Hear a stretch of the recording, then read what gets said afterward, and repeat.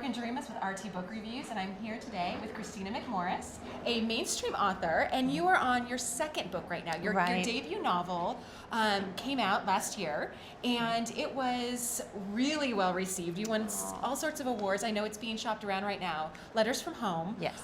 Can you talk a little bit about the process of writing that debut novel, and really how that came about? Right, absolutely. And I'll touch on when you said shopped around, it's actually being shopped around as a film, so getting kind of excited about that. We'll see where that goes. Hopefully, you know, every author wants to see it play out on the big screen and walk down the red carpet. If nothing else, maybe my husband will just roll out a red rug for me to walk on.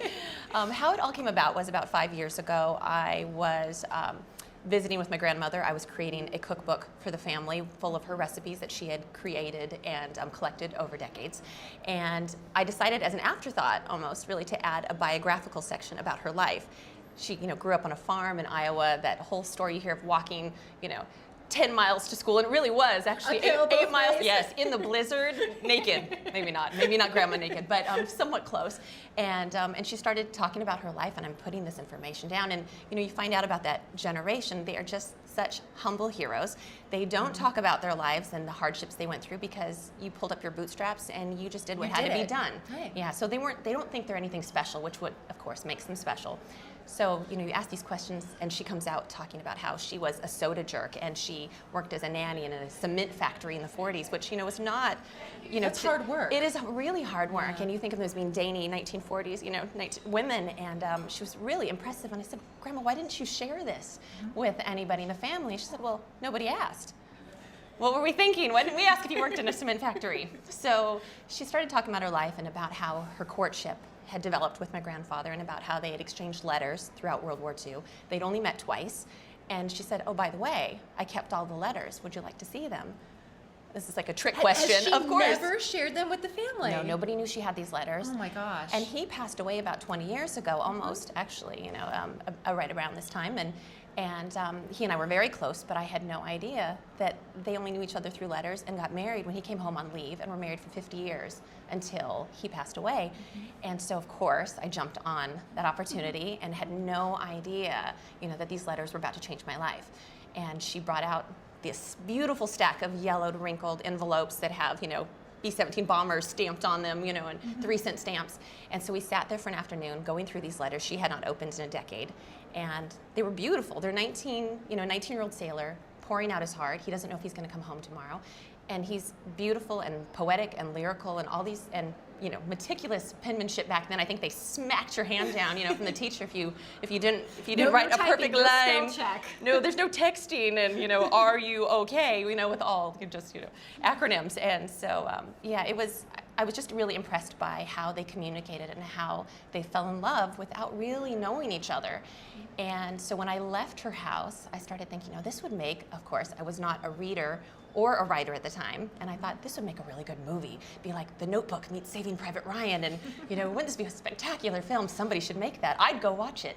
So it was soon after that I was pregnant and high on hormones, clearly makes you insane, and thought, you know, you're creating life, so you are a superhero. And I thought I could write this as a book. Called my mother, you know, I think you'd write in a novel. Apparently we're overachievers because her answer was, I think you should, dear.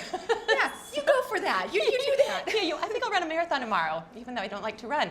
So I did. I sat down and I wrote it, and that's kind of the long story of it and how I sat down and started writing this book. And of course, you know, I started to learn that, oh, you kind of need to read. That helps you be a good writer. Yeah, that does. Who were you reading at the time? Nobody. Nobody. But no one. But then you started. Yes. And who kind of gave you maybe some pointers reading wise? What do you think? Yeah, great question. It's Jodi Picoult was probably the biggest inspiration. Fabulous. I mean, I think learning from her that women's fiction that is a page turner, that had a lot of conflict, you know, different characters' points of view, her turns of phrase, her analogies, metaphors. You know, I think that was the biggest inspiration. My mom, after she read my first horrendous draft that someday someone will put on eBay, and either make a lot of money or make like 50 cents, and you know, less than the paper's worth, really, to recycle.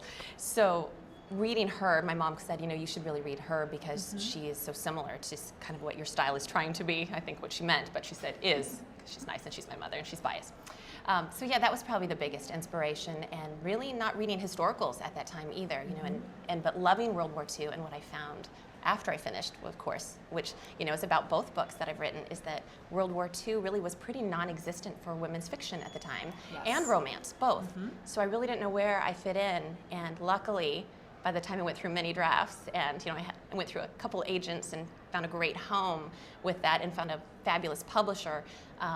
That was the time that really that small wave was starting of World War II women's fiction, of those books that we've come to love, that are Hotel on the Corner and Bitter and Sweet, and The Commandant's Girl, and Those Who Save Us. So it's good timing.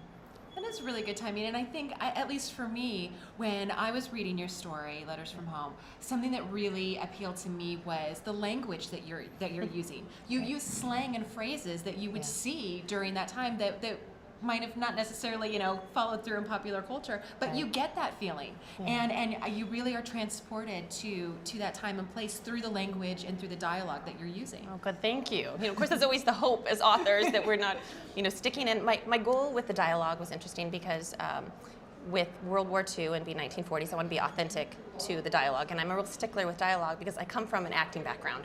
So for me, that is why it played out like a movie in my head. I was essentially writing scenes, and I write very linearly that way. With the dialogue, I wanted it to sound authentic. So I read out loud as I finish a scene. I read it out loud, and that's how I know if it works or not, if it sounds like a real person talking. And with that dialogue, I couldn't really rely on going back to 1940s films, because as you can imagine, those films were brought, where Hollywood speak. They weren't really, oh, hello, darling. It's not really, I imagine, how my grandma spoke. So trying to be authentic to what they really did speak like was kind of a challenge, and trying to rely on great films, like Band of Brothers and Saving Private Ryan's, and the ones that I thought did a pretty, hopefully did a good job of being authentic, that have been praised for that, had to rely on that. And some fun things about book clubs, I visit book clubs all the time, and by Skype, which is fabulous, that you can be anywhere, and in their homes and on phone. And a few people have come to me and said, "How did you find the word piddle?" My mother always used that. I've never heard that. Oh, murder, and oh bother, and these words that they hadn't heard in a long time. And I think that made it, it brought back memories of them growing up, and that really, it's the best compliment you can receive, of course.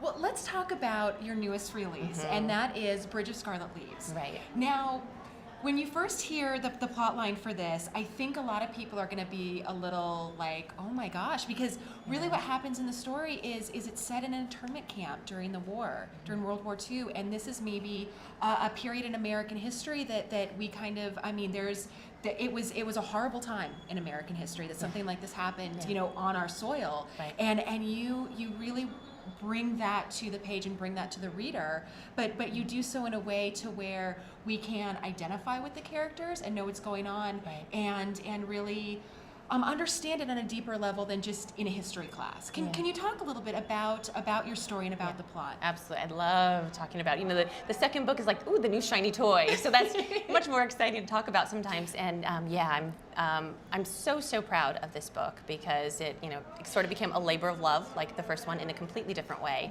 in that I am half Japanese myself. So my father is an immigrant, came from Kyoto, Japan when he was young.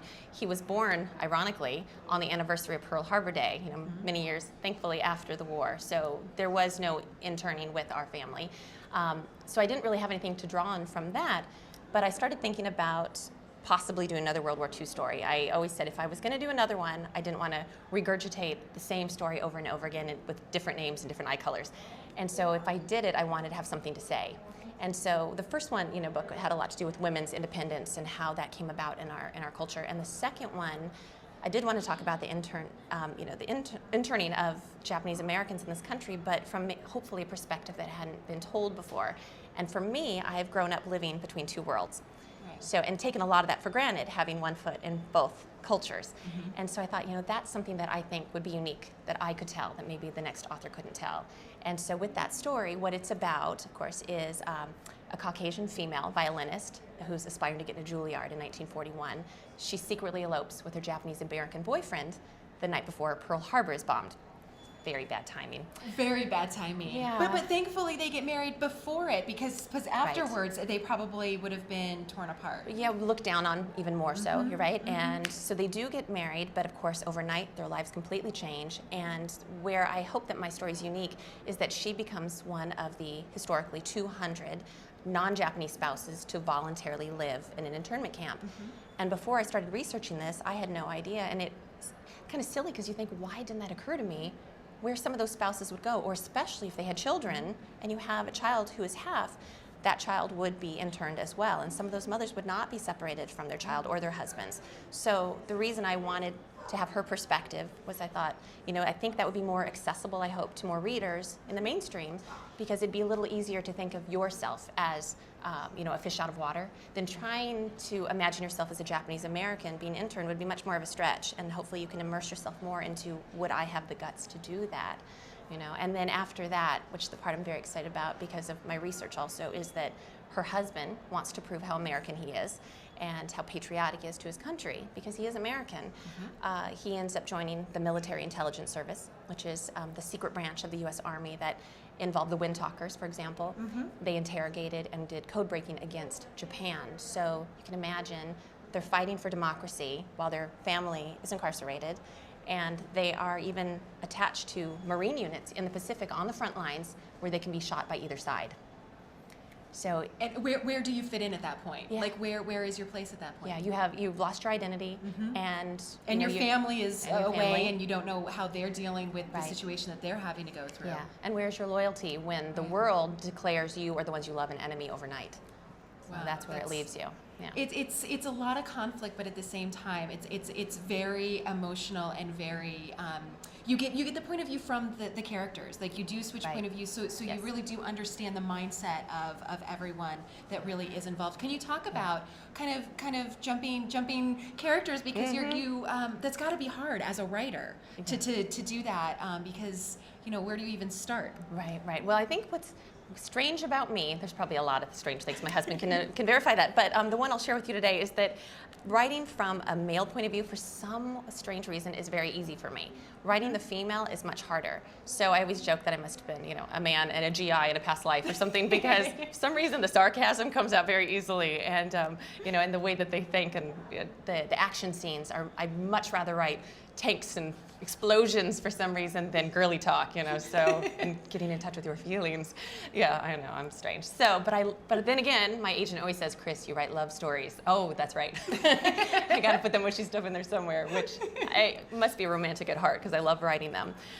So yeah, with switching the points of view, I think, on one hand, I think I love the pacing. I love that, as long as you have 3 storylines going on, it's kind of the Jodi Picoult, like it comes back to her, of being able to rotate, and I think it helps avoid writer's block, because the next chapter you're writing somebody else, and that's really fun.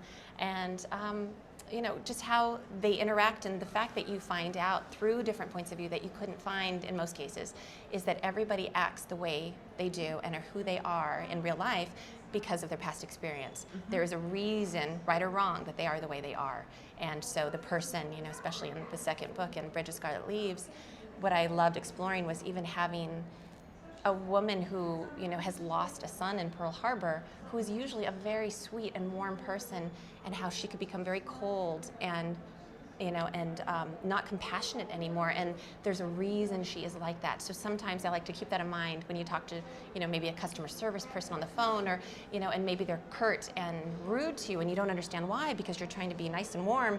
And I try to remind myself, or someone cuts you off on the freeway and you think, everybody is acting the way they maybe had a horrible day, maybe someone that they loved passed away that day. You never know what's going on behind closed doors, and that's something that I like to explore in the books.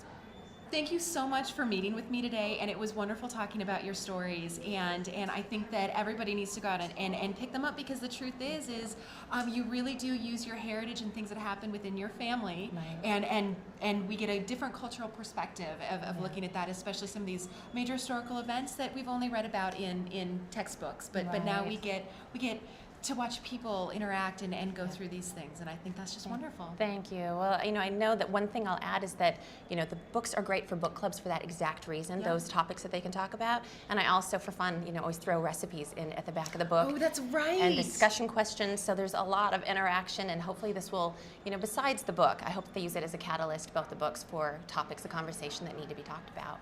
Excellent. Well, So, thank you so much. Thank you.